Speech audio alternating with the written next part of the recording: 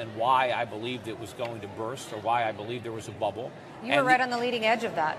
It's going to become much worse. They gave it their best shot, Lauren. Remember, they had Larry, the brilliant Summers, as the head of the economic team. Remember the stimulus programs. Remember under Bush TARP. They've given it everything they can, and they're coming up with goose eggs. So we're only going to see it get much worse. After 42 years of tyrannical rule, Colonel Gaddafi is dead. Britain's secret friend. Tonight, how we colluded with him to kidnap Gaddafi's opponents around the world. Among the international businessmen and the jet-setting playboys is this man, Moussa Koussa. He was one of Colonel Gaddafi's inner circle, a ruthless spy chief trusted with the security of the country and stamping out dissent. When he fled Libya at the start of the uprising, he chose to defect to Britain. Moussa Koussa is responsible for the death of 270 innocent civilians, as well as thousands of his own people as part of the Gaddafi regime. Moussa Koussa is the guardian of many of Libya's secrets. So why, with little explanation, did Britain let him go?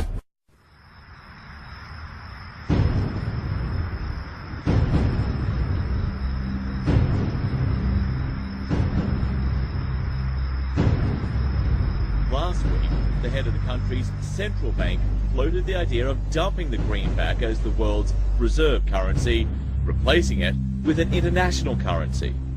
Thousands of people gathered to hear Barack Obama deliver key foreign policy speech on his current European tour. His vision for America's place in a new world order. After Tripoli fell, his old offices were abandoned and torched, but some documents survived.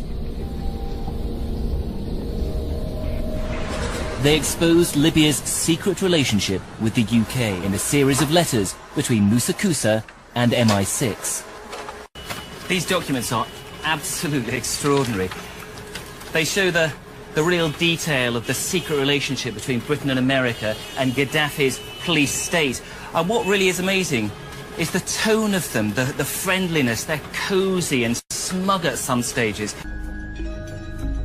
And tonight, we can show that Britain's friend Moussa Koussa was attached to the bloodiest massacre of Gaddafi's regime. When we searched former intelligence offices bombed out by NATO, we managed to salvage some of the regime's surveillance tapes.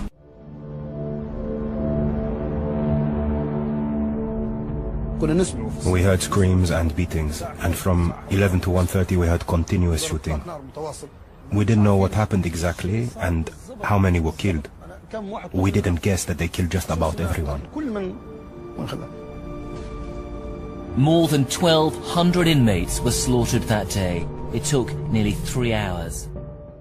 Abdulati only survived because he was hidden by a sympathetic guard.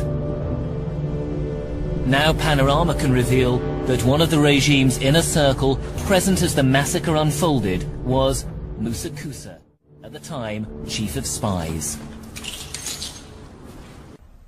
The man the UK made deals with over rendition, and who gave assurances there'd be no torture, had actually tortured people himself. He crossed the border into Tunisia, and then on to a country he trusted, with whom he'd done grubby business before, the UK. He arrived by private jet at Farnborough Air Base and was then whisked off to a safe house. He was protected by special branch officers and agreed to be interviewed briefly by Lockerbie investigators. His assets in the West were unfrozen. Now he could tap into his significant wealth.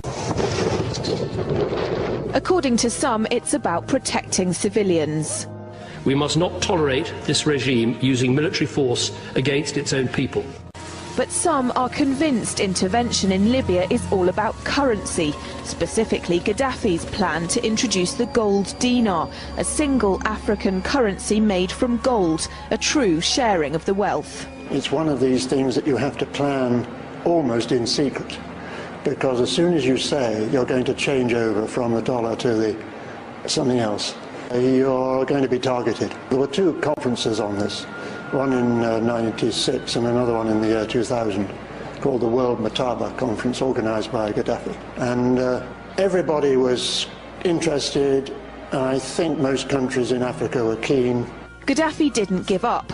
In the months leading up to the military intervention, he called on African and Muslim nations to join together to create this new currency that would rival the dollar and euro. They would sell oil and other resources around the world only for gold dinars. It's an idea that would shift the economic balance of the world. Countries' wealth would depend on how much gold they have, not how many dollars they trade. And Libya has 144 tons of gold. The UK has double that, but 10 times the population. It's happened before. In 2000, Saddam Hussein announced Iraqi oil would be traded in euros, not dollars. Sanctions and an invasion followed. Some say because the Americans were desperate to prevent OPEC from transferring oil trading in all its member countries to the euro. Terrorism through proxies, either Syrians living in Syria or foreigner fighters coming from abroad. So it's a new style of war. This is first. So you have to adapt with this new style. It takes time. It's not easy. Okay. And to say this is easy as a normal or let's say traditional or regular war, no. It's much more difficult. Second, the support that they've been had, that's been offered to those terrorists in every aspect, armaments, money, political, is unprecedented. So you have to expect that it's going to be tough war and difficult war. You don't expect a small country like Syria to defeat all those countries that have been fighting us through proxies just in days or weeks. Changing laws in favor of the banks, and he's not doing anything to stop the banks. He's helping the banks continue to do what they were doing under Bush. So in fact, he's just a continuation of Bush on the subject of markets and finance, which is the most important part of his policy right now. People who voted for Obama wanted real change and are getting platitudes, are getting a lot of nice talk, but nothing in the way of concrete change is taking place. In this town, business as usual. Returning vets could be a risk to our nation. We've got to give them a stake in creating the kind of world order that I think all of us would like to see. And one of the ways it will drive the change is through global governance. I think the new world order is emerging. This is a hoax and a scam which is designed to transfer wealth and power from the private sector to the government sector and from the government of the United States to a world government. And those people who have been yelling, oh, the UN's going to take over global conspiracy government. Theorists. They've been crazy, but now they're right. And who got the money? Hundreds and hundreds of banks. Any bank or that has access to the U.S. Federal Reserve's discount. Tell us who they are. No. You know, financial terrorism. They have the ability to tweak the knob. I am proposing that the Federal Reserve be granted new authority. The ultimate goal of the carbon tax and the cap and trade is to destroy production. This energy tax is the largest tax increase in American history. We're actually creating a global warming police. So number one, they can come in, the federal government can come in and inspect your house and send you the bill. We're setting up a global warming Gestapo. One of the things that if you talk to our generals, they are desperate for is a civilian counterpart to our military forces. President Obama today proposed something new, something called prolonged detention. Pre-crime is where people are arrested and incarcerated to prevent crimes that they have not yet committed. You know, a very sharp guy, very smooth, knows exactly what he's doing. For that reason, far more dangerous than Bush. Make a prediction, because a lot of people are saying that QE3 is coming next month. Do you predict we're going to see that? You know, I don't know if they're going to call it QE3 or some other kind of scheme, but they have to do something to keep pumping money into the system. Look, Lauren, we found out because of the reporting that went on, we just found out 2 years ago that the Federal Reserve was pumping, what, $1.2 trillion into the banks around the world that we didn't know about. They're going to do something, and that's why gold prices are going up. Well, look, we know that that Washington is talking about more austerity measures, the same kind of austerity measures that are racking through Europe as well. What does that mean? It means more cutbacks. So at a time when the economy is already slowing down. They created, as you pointed out, zero jobs. So what it shows us is that at a time when things are slowing down, it's going to become much worse.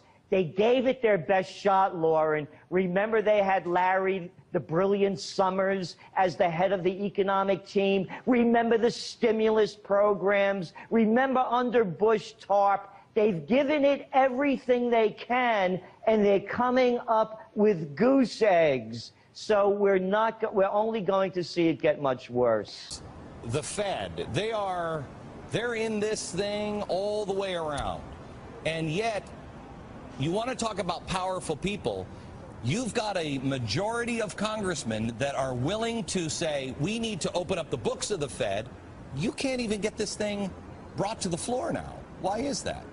They're not going to give up. They're going to move all these shenanigans over to the IMF. They're going to have a world organization. So the powerful elite then will have a world currency. That's what they're being planning for right now. So we as a people really have to wake up. My effort is exposing the Fed, opening up the books. The American people want it, and we have both Republicans and Democrats demanding it. But you made the right point. How are we going to get the leadership to do what the American people are demanding? How much time do we have, Ron?